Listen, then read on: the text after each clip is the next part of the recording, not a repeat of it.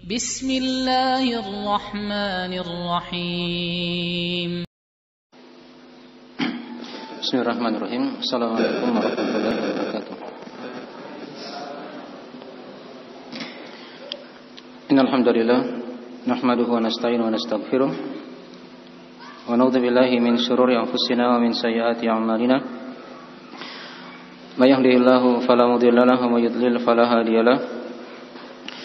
Asyhadu an la ilaha illallah wa la syarika lah. Wa asyhadu anna Muhammadan abduhu wa rasuluh sallallahu alaihi wa ala alihi washabihi wa man tabi'ahum bi ihsan ila yaumiddin, amma ba'd.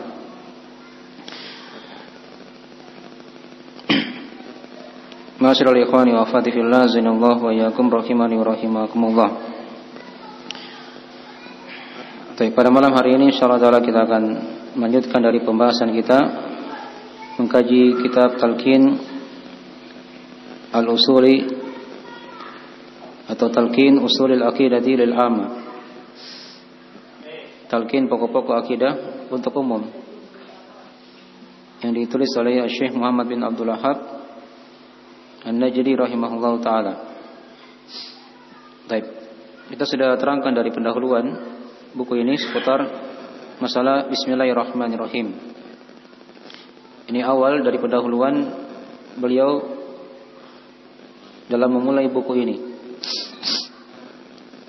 dan sudah diterangkan dari pembahasan-pembahasan seputar masalah Bismillahirrahmanirrahim. Dan kita sudah terangkan 3 sebab ya penulis memulai bukunya dengan basmalah ini. Siapa yang tahu yang pertama? Karena mencontoh Al-Quranul Karim, ya. Karena Al-Quran seluruh surahnya dimulai dengan apa? Bismillahirrahmanirrahim, kecuali satu surah yaitu surah At-Taubah. Ya. At-Taubah dia tidak ada Bismillahirrahmanirrahimnya. Langsung bara'atu minallahi wa rasulihi sampai akhir ayat. Baik. Itu yang pertama ya. Dari surah Al-Quran dari Al-Fatihah, Al-Baqarah sampai An-Nas itu dimulai dengan Bismillahirrahmanirrahim. Beliau mencontoh hal tersebut. Kemudian yang kedua, alasan beliau mencontoh sunnah Nabi Sallallahu Alaihi Wasallam. Ya, sudah diterangkan ya hadis-hadis tentang kisah beliau mengirim surat pada Herakl. Itu dengan awalnya dengan Bismillahirrahmanirrahim. Mengirim surat kepada Najasyi, Kaisar, ya, Kisra, para raja dari itu semuanya. Itu dengan Bismillahirrahmanirrahim. Ya. Dan juga yang ketiga, karena mencontoh kebiasaan para ulama as-salaf sebelum beliau. Ya. Itu dari kebiasaan yang berjalan dari masa dahulu. Baik, apa hukumnya seorang memulai dengan Bismillahirrahmanirrahim ini? Wajib atau sunnah? Atau hanya boleh saja? Hukumnya? Hukumnya sunnah ya, sunnah, bukan dari hal yang wajib. Artinya kalau dia tidak pakai bismillah juga, misalnya di tulisan, dia tidak berdosa kan? Hanya di situ kan ada faidah. Ya. Ketika seorang memulai bukunya dengan Bismillahirrahmanirrahim, ada faidah. Apa kemarin 2 faidah yang sudah diterangkan? Dari memulai buku dengan Bismillahirrahmanirrahim. Apa itu 2 faidah? Mencari keberkahan agar apa yang dia tulis itu yang dilakukan diberkahi oleh Allah Subhanahu wa taala. Ya. Dibuatnya berkembang lama manfaatnya kan? Itu kan berkah namanya. Walaupun sedikit tapi diperbanyak pahalanya oleh Allah Subhanahu wa taala. Berlanjut terus-menerus. Ya. Seperti buku yang kita kaji ini kan? Ini penulisnya sudah lama meninggal. Sudah 3 abad yang lalu. Tapi di antara keberkahannya seperti itu. Masih kita baca buku-buku beliau rahimahullahu taala. Itu di antara dari faedah dimulai dengan Bismillahirrahmanirrahim. Kemudian yang kedua, ya, meminta pertolongan ya kepada Allah Subhanahu wa taala. Diharapkan dimudahkan dia menulis Atau dia kalau di amalan yang lainnya kan dimudahkan seorang untuk beramal. Tidak faedah dimulai dengan bismillahirrahmanirrahim. Baik. Dan juga ada pembahasan-pembahasan yang lain sudah kita kaji ya tentang masalah bismillah. Jadi kalau dikatakan bismillah itu artinya dia memohon dengan seluruh nama-nama Allah Subhanahu wa taala. Satu nama tapi mencakup seluruh nama Allah, ringkas. Gitu kan? Ar-Rahman Ar-Rahim. Ya. Dua nama dari nama Allah. Dari asal kata yang sama yaitu apa? Yang Maha merahmati. Hanya kan sudah dibedakan perbedaannya. Sudah diterangkan. Ar-Rahman Ar-Rahim. Ayo, apa di antara perbedaannya? Antara Ar-Rahman dan Ar-Rahim? Ar-Rahman dia nama khusus. Baik, Hasan. Milik Allah. Tidak boleh makhluk bernama dengannya kan? Kecuali kalau dia pakai Abdu Rahman gitu kan? Baik. Kalau Ar-Rahim apa?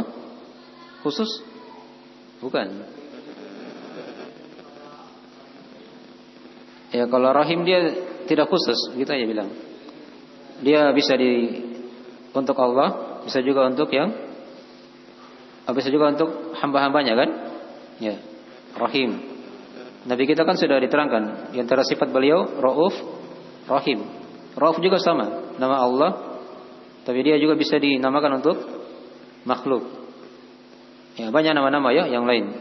Malik sudah ya.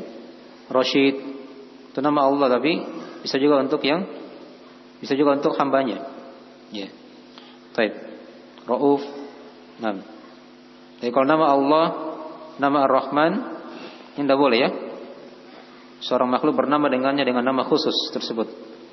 Boleh kalau dia pakai Abdu, Abdullah, gitu kan? Atau Abdurrahman. Paham ya? Baik. Sudah diterangkan. Kemudian yang kedua, apalagi di antara perbedaan antara Ar-Rahman dan Ar-Rahim?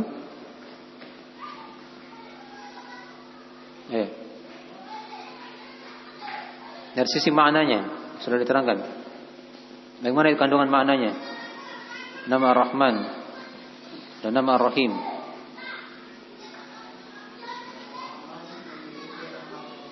Ya. Ar-Rahman itu cakupannya luas. Rahmat Allah yang sangat luas gitu kan? Mencakup seluruh makhluk. Ya. Kalau nama Ar-Rahim siapa yang tahu? Yang Maha merahmati juga dengan rahmat yang bagaimana? Yang khusus untuk orang-orang yang beriman saja. Paham ya? Itu nama Ar-Rahim. Ya, jelas ya? Baik, itu sudah diterangkan. Nah, sepakat para ulama bahwasanya surah At-Taubah itu dia tidak pakai Bismillahirrahmanirrahim. Dan juga sepakat para ulama bahwa Bismillahirrahmanirrahim itu bagian dari surah An-Naml. Itu kisah Nabi Sulaiman kan, ketika beliau menulis surat kepada Ratu Saba. Ya, di situ ada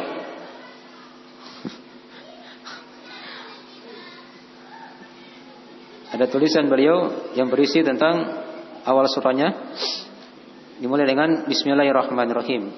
Innahu min Sulaiman wa innahu Bismillahirrahmanirrahim. Itu dua kesepakatan ya dari para ulama seputar masalah Bismillahirrahmanirrahim. Ya. Dia bukan bagian dari surah At-Taubah, tapi Bismillahirrahmanirrahim ini bagian dari surah An-Naml tentang kisah Nabi Sulaiman mengirim surat kepada Ratu Saba. Ya. Di situ ada lafaz Bismillahirrahmanirrahim di awalnya. Innahu min Sulaiman wa innahu Bismillahirrahmanirrahim. Baik. Adapun daripada itu selainnya itu ada silang pendapat ya. Ada silang pendapat di kalangan ulama. Apakah Bismillah ini dia bagian dari surah atau bukan? Tapi yang kuatnya kan sudah diterangkan bahwa dia bagian dari, bahwasanya dia bukan bagian dari surah.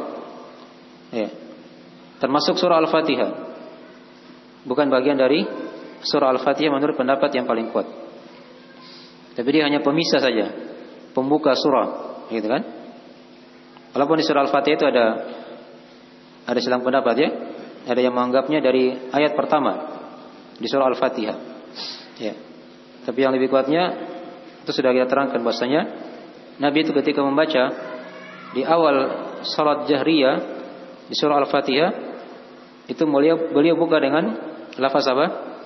Alhamdulillahi Rabbil Alamin. Ya, bukan tidak dibaca bismillahnya, tapi dibaca namun tidak dijaharkan. Ya, tidak dijaharkan. Jelas ya? Baik. Ini masalah-masalah seperti ini dimaklumi saja ya kalau ada silang pendapat dalam masalah itu. Baik. Ya, sekarang kita masuk di masalah yang pertama sekarang ya. Ini mulai masuk di pondasi pertama dari makna nama Rabb. Kita masuk sekarang masalah pengenalan hamba terhadap Rabb-nya. Ya. Diterangkan di situ di bukunya di halaman 3 ya. Dari buku panduannya. Sudah punya buku semua ini? Ada yang enggak punya buku?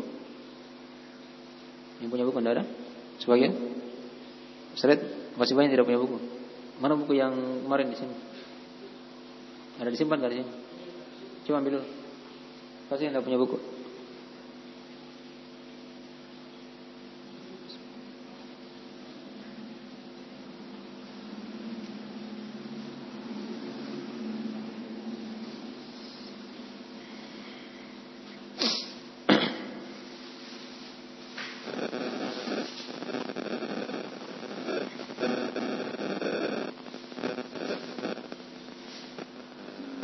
Yang dikasih yang baru saja ya.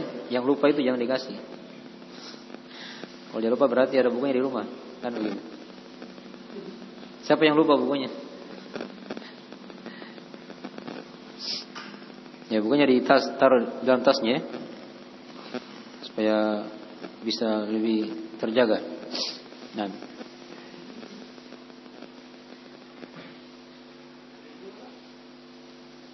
Sudah ada bukunya? Hah? Kasih aja. Kalau masih ada stok.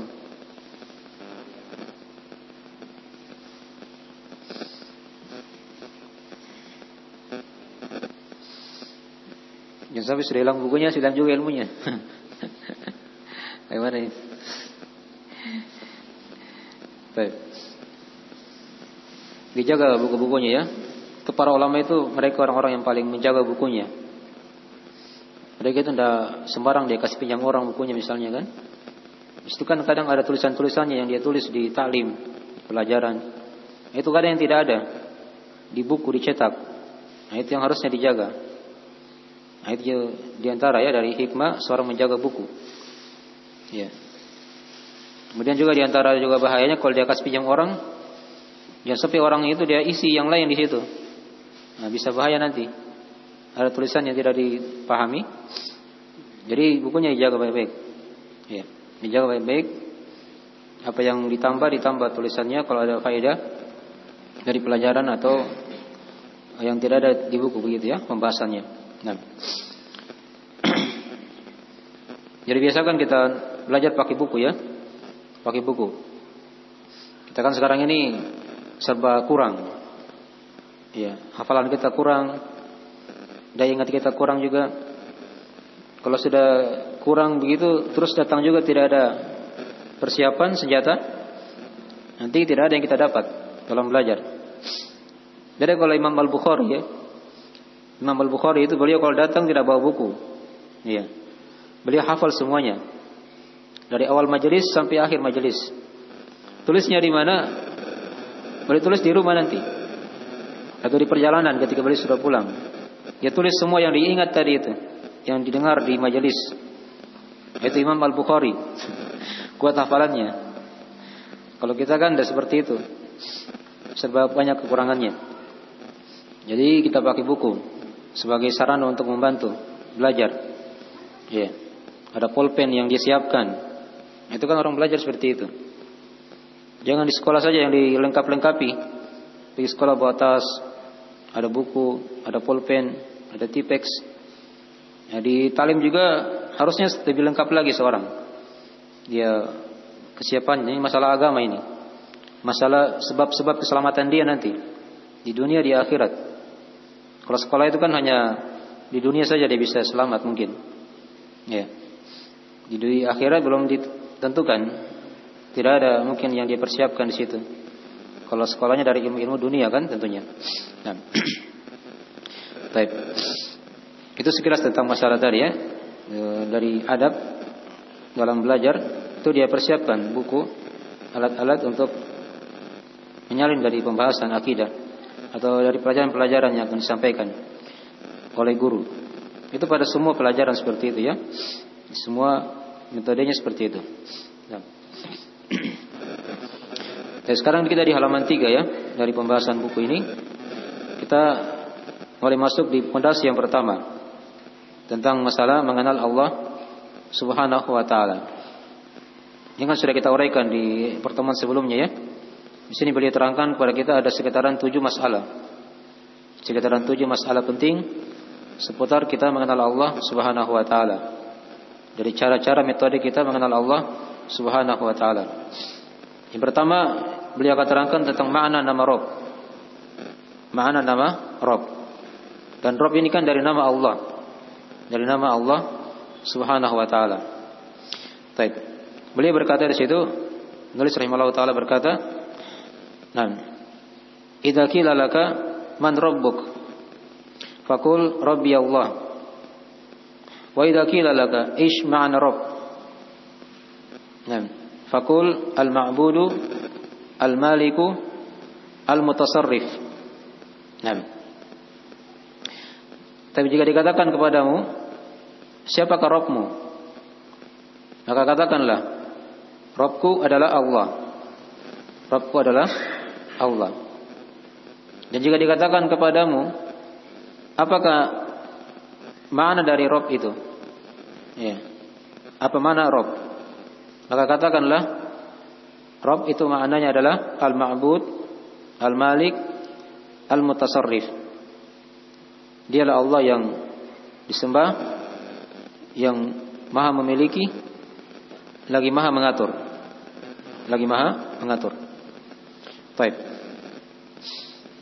Ya. Jadi di awal kali beliau katakan di situ wa idza qila laka atau idza qila laka, jika ditanyakan kepadamu, dikatakan kepadamu. Ya. Jadi ada isyarat ya, kita akan ditanya nanti. Kita akan ditanya. Dan ini sudah kita terangkan ya. Di alam kubur semua kita pasti akan ditanya oleh Allah lewat perantaran malaikat Munkar dan Nakir.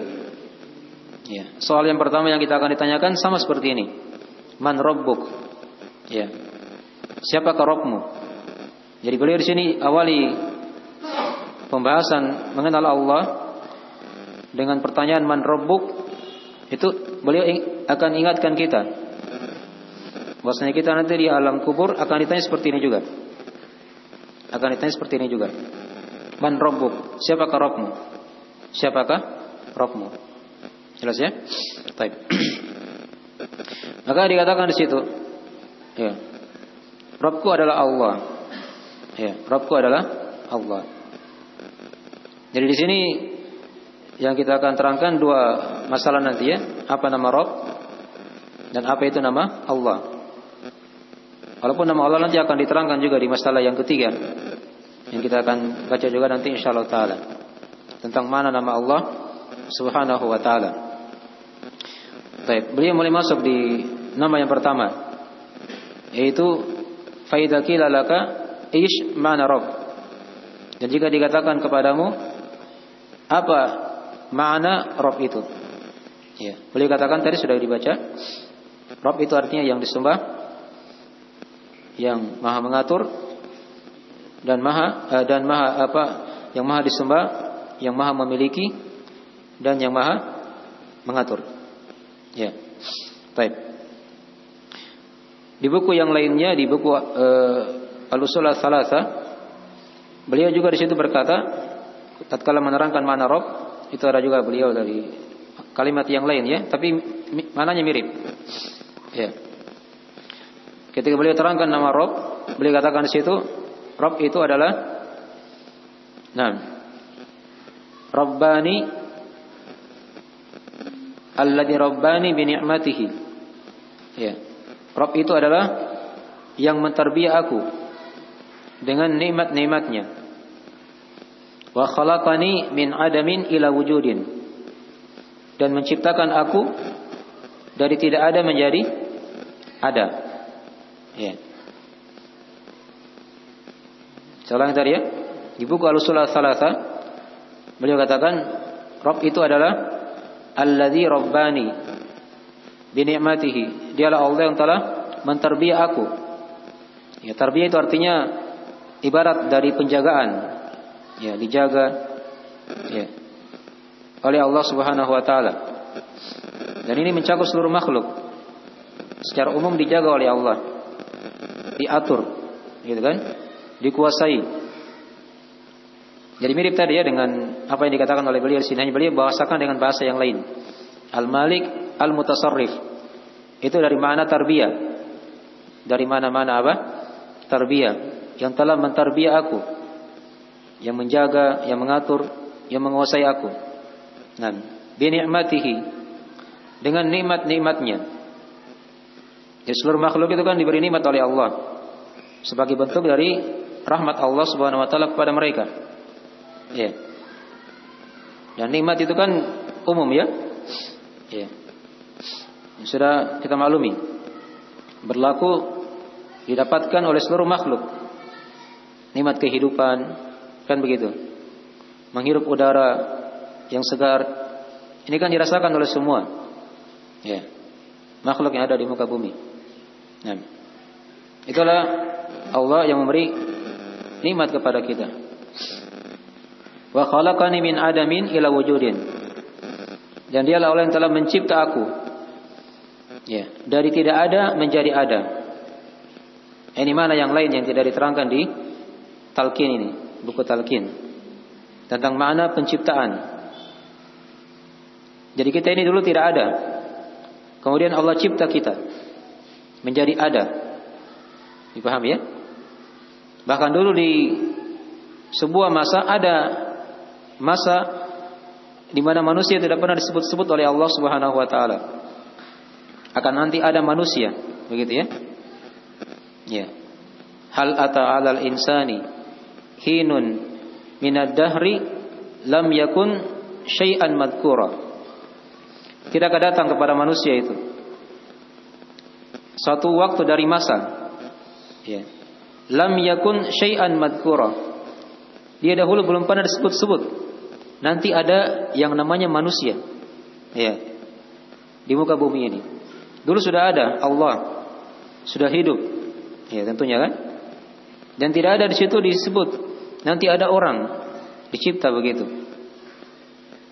Kemudian Allah cipta, ya, kita dari tidak ada menjadi ada. Ini dari diantara dari kandungan makna apa? Rabb. Jadi kalau sampai di sini pembahasannya, Allah itu atau Rabb itu artinya yang maha mencipta, gitu ya? Yang maha apa?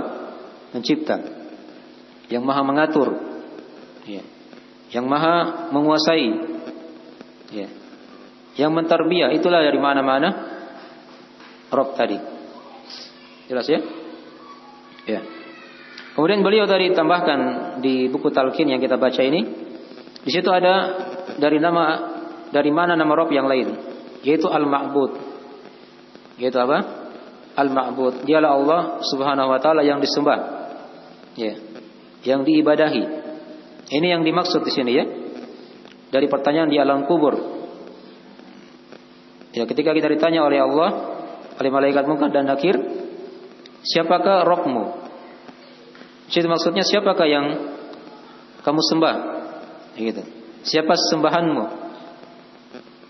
Bukan di situ hanya dikatakan maknanya siapa yang menciptakan kamu, siapa yang mengatur kamu. Ya. Walaupun itu makna Rabb juga. Tapi kalau maknanya sampai di situ saja, itu dipahami oleh seluruh makhluk. Orang kafir saja paham. Allah yang menciptakan mereka. Wala in sa'altahum man khalaqas samawati wal ard la yaquluna Allah. Jika kamu tanya mereka, wahai Muhammad, siapakah yang menciptakan langit-langit dan bumi? Orang kafir ya. Mereka jawab siapa? Hah? Allah. Coba tanya orang Nasrani itu. Tanya orang Yahudi. Siapa yang menciptakan kamu? Mereka menjawab pasti Allah. Ya. Hanya mungkin dia pakai bahasa yang lain. Orang Nasrani kan kalau disebut Allah, Allah, gitu kan? Tapi Allah, dia tahu ada yang mencipta. Jelas ya? Seperti itu. Kecuali kalau orang ateis. Kalau dia ateis memang tidak percayakan adanya apa? Allah. Walaupun hati mereka itu yakin sebenarnya. Fir'aun saja yang sangat ingkar kepada Allah, yang mengakui dirinya sebagai Tuhan, itu masih mengakui adanya Allah Subhanahu wa taala. Hanya dia ingkar itu karena kesombongan. Diungkap oleh Allah isi hatinya dalam Al-Qur'an. Wajahadu biha wastaiqanatha anfusuhum dzulman wa uluwa. Ya, mereka ingkar. Tapi hati mereka kata Allah yakin. Ya. Akan dakwah Nabi Musa ketika itu. Dipaham ya? Nabi Musa alaihissalam ajak mereka untuk beribadah hanya kepada Allah Subhanahu wa taala. Ya.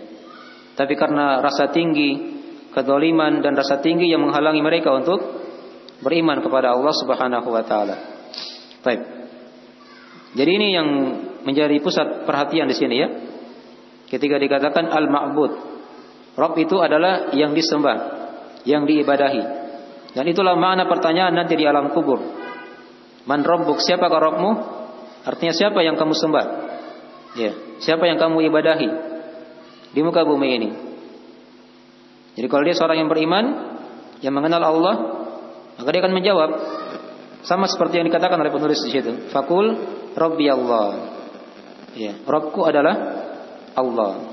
Ini kita diajar ya, dilatih supaya kita terbiasa mendengarkan hal tersebut, dan di alam kubur diharapkan kita bisa menjawab dari pertanyaan malaikat mungkar dan nakir.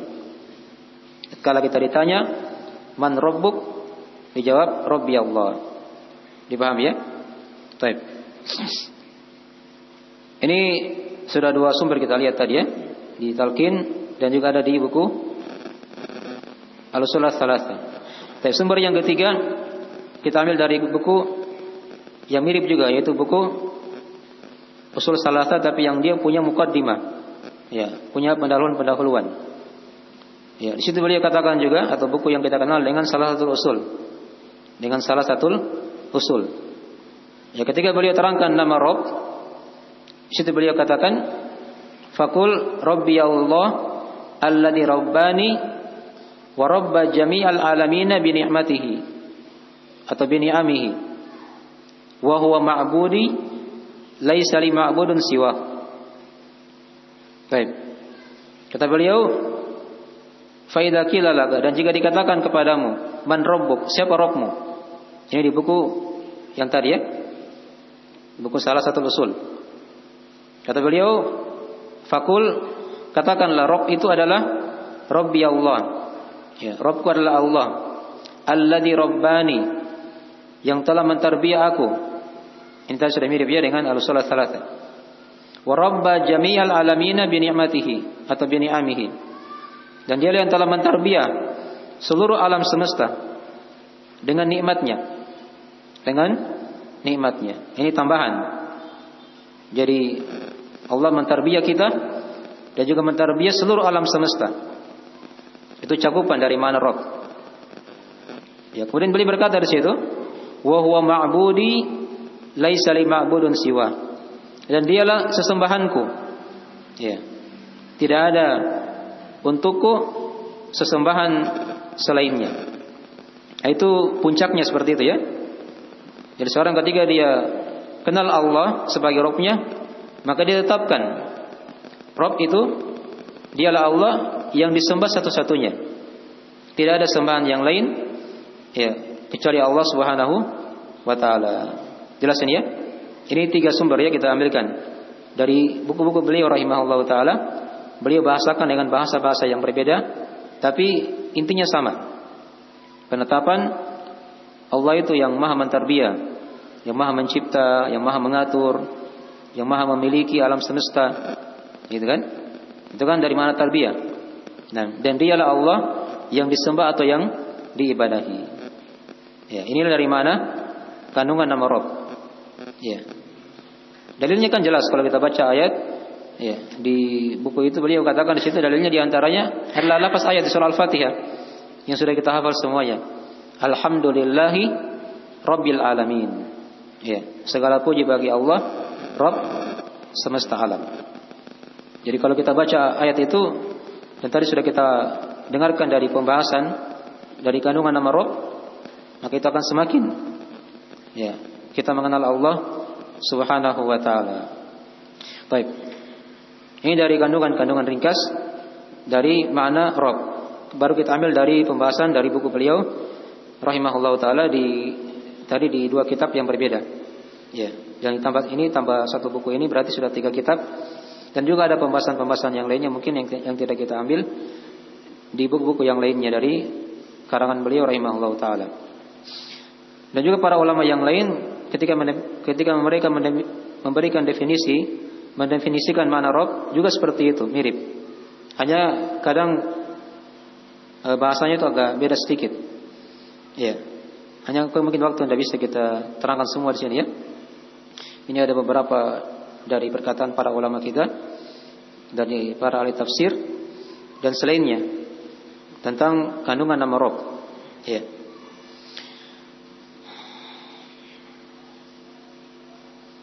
Kalau diterangkan oleh Imam Ibnu Jarir At-Tabari rahimahullahu taala, ya beliau katakan Rabb itu artinya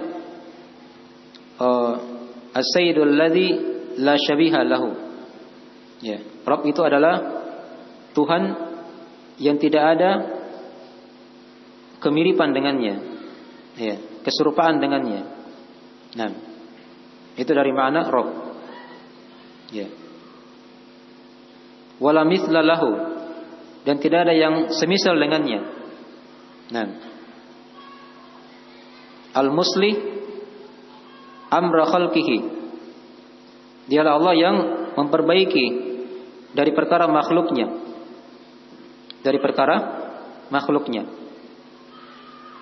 Bima asbagha alaihim min ni'amihi, pada apa yang Allah curahkan kepada mereka dari nikmatnya. Ini mirip sudah diterangkan tadi ya, mirip. Jadi Allah itu tidak ada serupa baginya kan? Walam yakul lahu kufuwan ahad. Kan begitu. Tidak ada yang semisal dengan Allah. Dialah Allah yang memperbaiki dari perkara makhluk. Ya, mencurahkan nikmat-nikmatnya kepada mereka. Ini kan sudah mirip tadi ya, dengan perkataan Syekh juga. Kemudian beliau katakan lagi wal malik alladzi lahu al khalqu wal amr. Dan dialah Allah, Rabb itu adalah yang maha memiliki. Ya, di tangannya lah kepunyaannya lah penciptaan dan perkara, perintah. Dipahami ya? Itu dari perkataan dari Imam At-Tabari rahimahullahu taala dalam memberikan definisi dari mana Rabb. Intinya sama juga tadi. Perputarannya sama. Dialah Allah yang memperbaiki. Itu kan dari mana tarbiyah semuanya. Yang memberikan nikmatnya kepada makhluknya, yang maha memiliki, ya. Dan beliau katakan juga di situ alladzi lahu al-khalqu wal amr. Dan dialah Allah yang maha memiliki penciptaan dan perintah. Sama tadi. Allah mencipta dan juga Allah memerintah makhluknya. Ini dari kandungan-kandungan dari mana Rabb. Ya.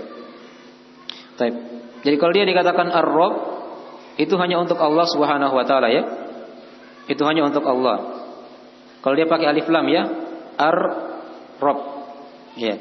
Itu hanya untuk Allah Subhanahu wa taala. Ya. Kalau makhluk misalnya bisa kali dikatakan dia Rabb. Ya. Di ayat-ayat Al-Qur'an ada lafaz Rabb ditujukan kepada makhluk. Tapi dengan syarat di situ kalau untuk makhluk dia harus pakai kata pengganding di belakangnya. Ya. Kata sandaran di belakangnya. Contoh misalnya dikatakan Rabbud Dar. Rabbnya rumah. Artinya di situ pemilik rumah. Begitu ya. Rabbul Ibil. Ya, pemilik onta. Boleh seperti itu kalau makhluk. Ya, jadi ada ayat-ayat dalam Al-Qur'an Al-Karim ya. Nah, diterangkan di surah Yusuf dan juga ada surah-surah yang lainnya. Tapi kalau dia hanya bilang Rabb titik begitu ya, nah itu pasti untuk Allah Subhanahu wa taala. Apalagi kalau dia pakai alif lam, Ar-Rabb, itu pasti hanya untuk Allah Subhanahu wa taala. Jelas ini ya? Jadi dari ringkasan seputar dari makna Rabb, dan insyaallah taala nanti berikutnya kita akan masuk ayat yang kedua atau cara yang kedua dari fase-fase kita mengenal Allah Subhanahu wa taala. Jadi kesimpulan dari pembahasan kita di malam hari ini, kita sudah selesaikan tadi pembahasan dari makna apa? Rabb. Ya. Dan di talqin di buku ini diterangkan di situ. Rabb itu punya dua makna kan? Ya, al-ma'bud, al-malik, al-mutasarrif. Al-ma'bud ini kembali kepada yang disembah atau yang diibadahi. Adapun al-malik, al-mutasarrif itu kembali kepada mana tarbiyah tadi itu. Kembali kepada mana-mana tarbiyah, yang menjaga, yang mengatur, yang menguasai, yang memperbaiki, ya, yang mencipta. Dipahami ya? Ini dari kandungan-kandungan nama Rabb. Tapi sekira itu dulu ya. Ini dari akhir majelis kita pada malam hari ini. Tapi ada yang ditanyakan dari pelajaran?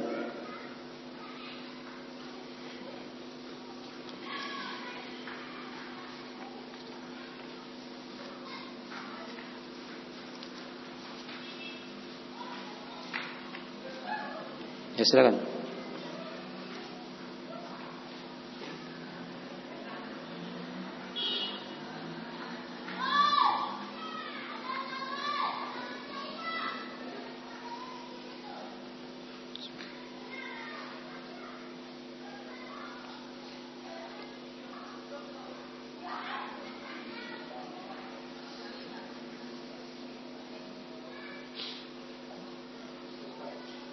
Silakan. Baik.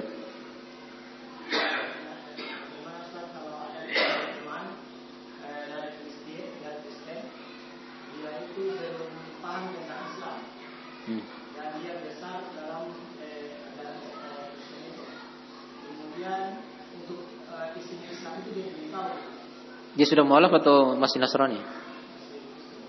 Belum masuk Islam?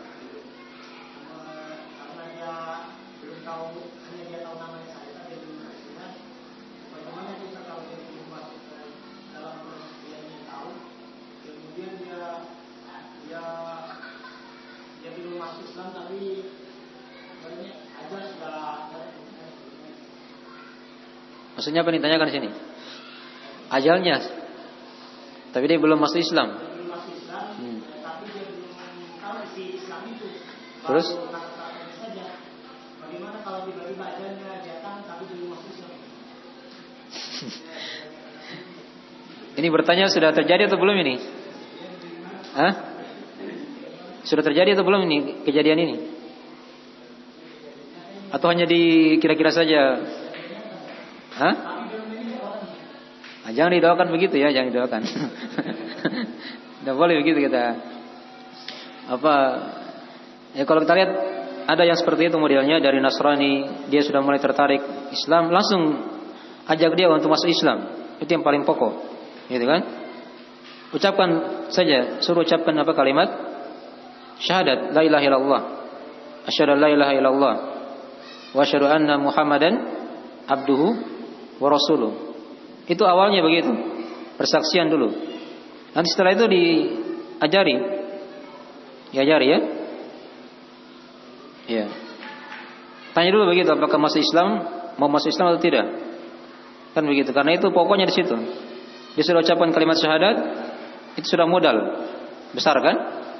Nabi kan ketika melihat orang-orang Yahudi itu kan yang ada anak muda kan sudah kita baca juga di sini hadisnya ya. Disakitnya begitu sudah mau meninggal. Beliau hanya suruh dia ucapkan apa kalimat la ilaha illallah. Itu paling pokoknya seperti itu. Karena kan yang namanya ajal tidak ditahu. Kapan ajal kita, ajalnya dia juga kapan kan tidak ditahu.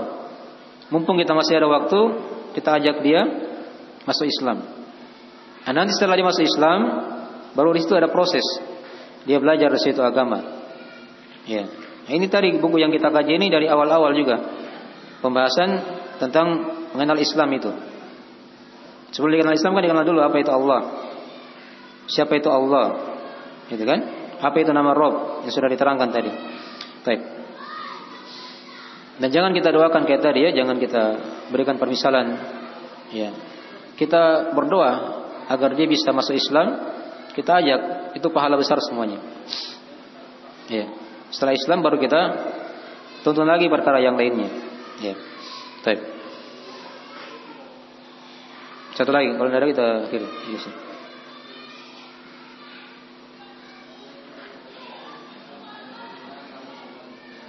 Kasih kuat suaranya. Hah?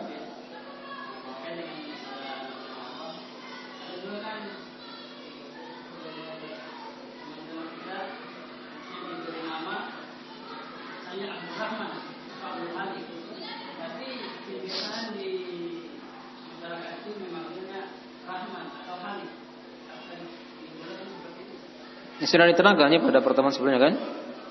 Kalau nama anaknya Abdurrahman, Abdul Khaliq, itu kan tidak boleh dipanggil dia Rahman atau dipanggil dia apa? Khaliq. Khaliq juga itu nama khusus ya, yang maha mencipta, kan begitu. Jadi harusnya diperbaiki aja cara panggilnya begitu. Kalau namanya Abdurrahman dipanggil aja Abdu. Abdu aja. Abdul Khaliq juga Abdu. Ya, kalau mau lengkapkan Abdurrahman, Abdul Khaliq. Ya. Jangan panggil Rahman. Ya, atau panggil Khaliq ya, tidak boleh. Itu nama Allah. Itu nama Allah Subhanahu wa taala, tidak boleh bernama dengannya makhluk. Tadi kan sudah dibahas ya di pembahasan masalah bismillah tadi itu. Ya.